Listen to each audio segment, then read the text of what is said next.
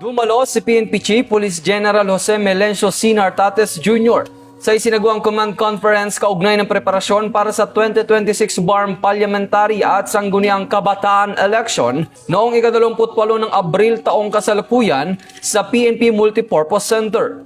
Pinangunahan ng pulong ang koordinasyon ng iba't ibang ahensya ng pamahalaan at partner organizations upang matiyak ang maayos, mapayapang halalan. Kabilang sa mga dumalo ang mga kinatawan mula sa Commission on Elections, AFP, Philippine Coast Guard, DILG at iba pang election stakeholders.